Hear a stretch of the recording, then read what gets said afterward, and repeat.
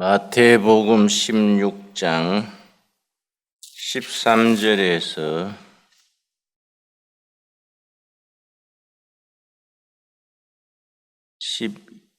21절까지 교독하겠습니다. 마태복음 16장 13절. 예수께서 빌립보 가이사라 지방에 이르러 제자들에게 물어 이르시되 사람들이 인자를 누구라 하느냐?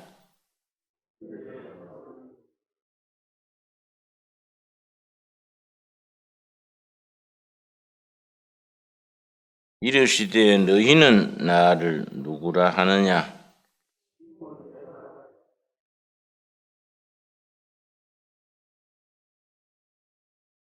예수께서 대답하여 이르시되 바요나 시몬아 너가 복이 있도다. 이를 너게 알게 한 이는 혈육이 아니요 하늘에 계신 내 아버지시니라.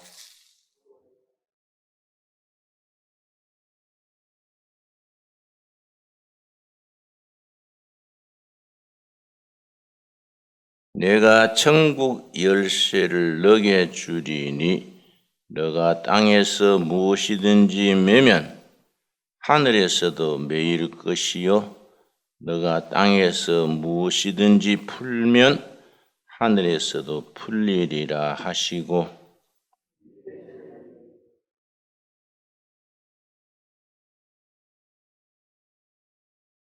같이 읽겠습니다. 21절.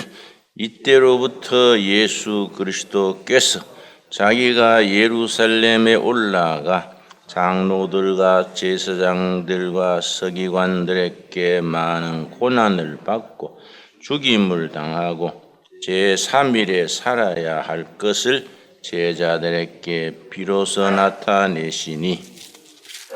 오늘 본문 말씀 마태복음 16장의 이 말씀은 신약 성경 전체 중에서도 가장 골자가 되는 중요한 말씀입니다. 나사렛 예수를 누구라 하느냐? 예수를 누구로 인정하느냐? 우리 인간의 운명, 이승과 저승의 완전히 운명을 결정하는 문제입니다. 인생살이의 성공과 실패가 뭐이냐? 예수를 누구라고 믿느냐? 그것이 성공과 실패의 기준이 된다 하겠습니다. 13절.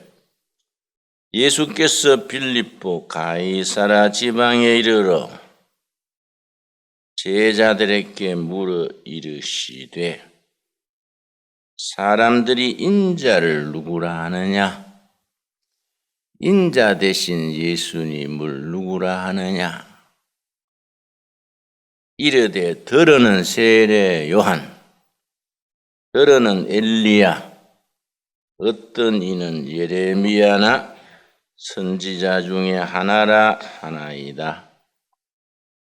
그 당시의 사람들이 예수님을 세례 요한, 죽은 세례 요한, 엘리야, 예레미야, 제2의 엘리야입니다. 제2의 예레미야입니다. 이러쿵저러쿵 얘기합니다. 중요한 건 15절입니다. 이르시되 너희는 나를 누구라 하느냐? 너희는 나를 누구라 하느냐? 시몬 베드로가 대답하여 이르되 주는 그리스도시요 살아계신 하나님의 아들이시니이다. 시몬은 학력이 없고 성격도 급하고 그렇게 두드러지지 못한 사람이지만은 예수님에 대한 신앙 고백이 남다르게 분명했습니다. 이것이 시몬이 제자 중에 제자가 될 수 있었고, 평범한 사람 시몬이 위대한 사도 베드로가 될 수 있었던 기본입니다. 예수님에 대한 바른 신앙 고백, 주는 그리스도시요. 유대인들은 수천 년, 수백 년 동안 오실 메시아 그리스도를 기다렸습니다. 기다리고 기다리던 그리스도 메시아시요, 살아계신 하나님의 아들이십니다. 분명하게 고백을 했습니다. 우리가 이 안에도 저물어 가는 때에 금년 결산을 해보면 적자냐, 흑자냐, 좋았느냐, 나빴느냐 여러 가지로 표현할 수 있겠습니다만은 12월 말이 되어가는 이 자리에서 베드로처럼 우리 예수님에 대한 분명한 신앙 고백을 마음에 품고 있다면 우리 인생은 성공하는 인생이고 올 한 해도 정말 흑자 해가 될 수 있겠습니다. 주는 그리스도시요, 살아계신 하나님의 아들입니다. 분명한 신앙 고백을 하니까 예수님께서 베드로의 대답에 흡족하셔서 17절입니다. 예수께서 대답하여 이르시되, 바요나 시몬아, 너가 복이 있도다. 이를 너게 알게 한 이는 혈육이 아니요 하늘에 계신 내 아버지시니라. 네 능력으로 네 재능으로 알게 된 것이 아니다. 성령이 도우셔서 그런 신앙 고백을 할 수 있게 된 것이다. 그러고 베드로에게 위대한 축복을 하셨습니다. 18절입니다. 또 내가 너게 이르노니 너는 베드로라. 내가 이 반석 위에 내 교회를 세우리니 음부의 권세가 이기지 못하리라. 베드로란 말, 이 반석이란 말입니다. 본래 베드로는 예수님 만나기 전에는 시몬이랬습니다. 시몬을 예수님이 이름을 반석 베드로로 고쳐주셨습니다. 신앙의 세계를 간단하게 말하자면 시몬이 베드로로 변화되는 역사, 보통 사람, 흔해 빠진 사람이 위대한 사도, 반석 베드로로 변화되는 그 과정, 역사가 신앙생활이라 하겠습니다. 그 반석 베드로 위에 내가 교회를 세우겠다.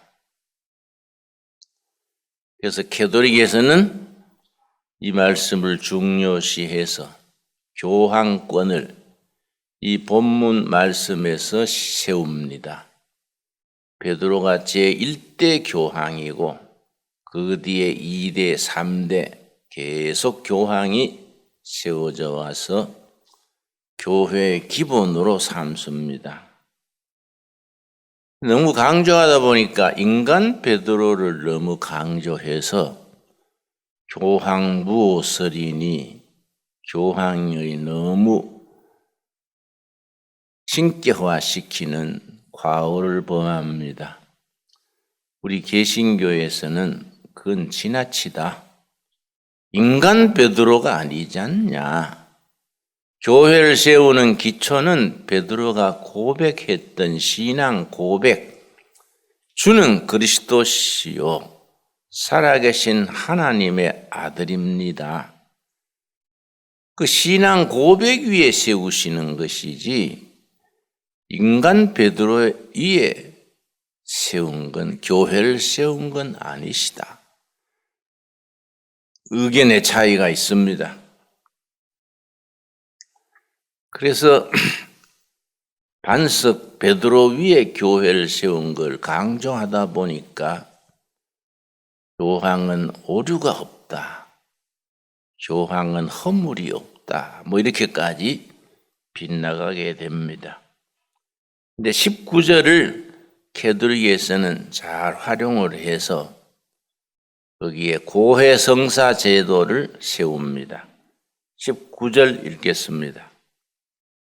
내가 천국 열쇠를 너게 주리니 너가 땅에서 무엇이든지 매면 하늘에서도 매일 것이요 너가 땅에서 무엇이든지 풀면 하늘에서도 풀리리라 하시고, 교황을 시작으로 해서 모든 신부, 교회가 안수, 서품을 준 신부들은 천국 열쇠를 가진 사람들이다. 그래서 신부가 풀면은 하늘에서도 풀리고 신부가 매면은 하늘에서도 매인다. 그래서 종교재판에서는 교회에서 출당 제도를 세워서 공교회가 교회에서 쫓아내는 파문하면 그날로부터 지옥 백성이 됩니다. 중세 시대에는 성당에서 신부들이 회의에서 파문되는 사람은 누가 죽여도 살인죄가 되지 않습니다. 악법이라 하겠지요. 그래서 고해성사 제도를 만들어서 자기가 일주일 동안에 지은 죄를 신부님 앞에 가서 고해삽니다. 내가 지난주에 이런 죄를 지었습니다. 용서해 주십시오. 그러면 신부님이 듣고 그 죄의 내용에 따라서 열흘간 금식을 하세요. 그대로 하면은 죄가 없어집니다. 그대로 하지 않으면은 죄가 그냥 있게 됩니다. 혹은 성찬 예식에 1년 동안 참석을 하지 마세요. 그럼 신부님 말대로 그걸 지키면은 그 죄가 없어집니다. 바로 이 19절 말씀. 베드로의 후에 신부들이 땅에서 매면 하늘에서도 매이고 땅에서 풀면 하늘에서도 풀린다. 이 말씀에 근거해서 고해성사 제도를 만든 겁니다. 근데 우리 개신교에서는 500년 전에 교회가 시작될 때부터 그건 너무 인간적인, 인위적인 교리다. 신부도 목사도 사람인데 사람이 사람의 죄를 풀고 메고 할 수 있느냐? 오로지 하나님의 아들, 이 땅에 오신 그리스도께서 하나님께 중보하셔서 하나님만 풀 수 있는 거이다. 그래서 고해성사 제도를 택하지 아니하고 직고하는 제도로 하나님 앞에 직접 고하는 신앙이라야 된다. 그래서 고해성사 제도를 우리는 폐지하고 주님 앞에 마음을 비우고 나와서 예수님의 이름으로 성자 예수님의 이름으로 성부 하나님께 죄를 고합니다. 그러면 예수님이 중간에 중개 복덕방이 되어서 하늘 아버지께 이 성도가 이렇게 죄를 고하니 용서하시기 바랍니다. 중보 역할을 하셔서 그 죄와 허물이 없던 것으로 너희 허물과 죄를 기억도 하지 아니하리라. 그렇게 절차를 밟습니다. 산호라면 허물을 범하게 되고 죄를 짓게 됩니다. 죄를 품고 있으면은 하나님 앞에 설 수가 없지요. 예수님의 이름으로 하나님 앞에 직접 고해서 그 죄와 허물이 사시는 하나님의 은총을 우리가 힘입어야 됩니다. 자, 이런 말씀들이 교회 생활에 아주 중요한 바탕이 됩니다. 저도 집회를 나가면은 큰 집회 나가면 설교하기 전에 강대상에 앉아서 기도를 합니다. 하나님, 지난번 설교와 오늘 설교 사이에 제가 이런 허물을 범했습니다. 예수님의 이름으로 회개합니다. 용서해 주십시오. 예수님의 이름으로 기도드립니다. 이렇게 고하면 마음에 평안이 옵니다. 하나님께서 이 죄와 허물을 기억도 하지 아니하리라 하신 히브리서 10장 17절 말씀대로 이루어진 줄로 믿고 설교를 하면은 설교가 술술 잘 풀려가게 됩니다. 바쁘고 허둥거리라고 그런 절차를 안 밟고 마음에 뭔가 껄끄름하게 남은 채로 설교를 하면은 설교가 물 흐르듯이 잘 흘러가지를 못합니다. 우리 신앙생활의 날마다 우리가 하나님과 우리 사이에 그런 절차를 밟는 신앙생활이 중요합니다. 이런 대화와 말씀이 있으신 후에 21절에 가서 예수님께서 제자들에게 중요한 선포를 했습니다. 21절. 이때로부터 이렇게 제자들과 이야기를 나누신 후로부터 예수 그리스도께서 자기가 예루살렘에 올라가 장로들과 대제사장들과 서기관들에게 많은 고난을 받고 죽임을 당하고 제3일에 살아나야 할 것을 제자들에게 비로소 나타내시었다. 여기 우리 예수님의 속죄 사역의 핵심입니다. 지금 말씀하시는 곳은 갈릴리 지방입니다. 6월절 명절이 되면 예루살렘에 올라가십니다. 예수님 생전에 예루살렘에 3번 올라갔었습니다. 첫 번째는 12살 나이에 부모 따라서 예루살렘 성전에 6월절 제사 지내러 갔습니다.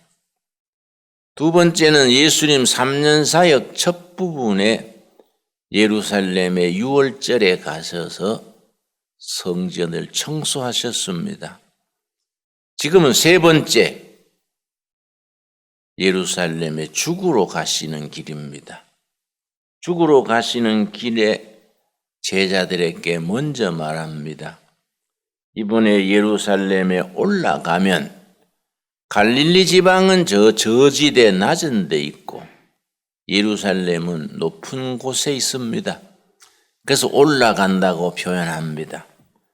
올라가 장로들과 대제사장들과 서기관들에게 고난을 받는다. 그러고 죽임을 당한다.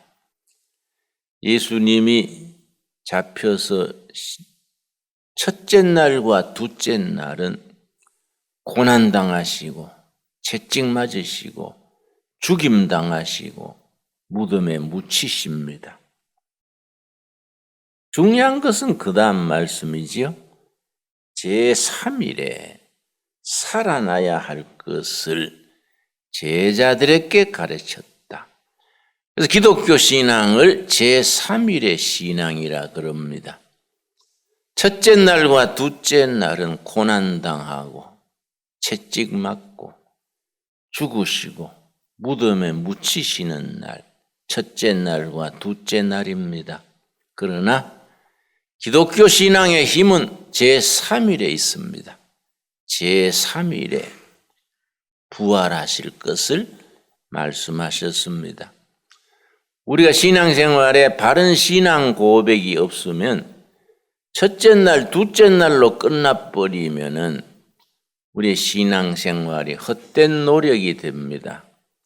우리 신앙이 위대한 것은 첫째 날과 둘째 날의 고난, 채찍, 왕따, 죽음을 통해서 셋째 날에 부활이 있기 때문에 우리는 승리가 우리 것이 됩니다.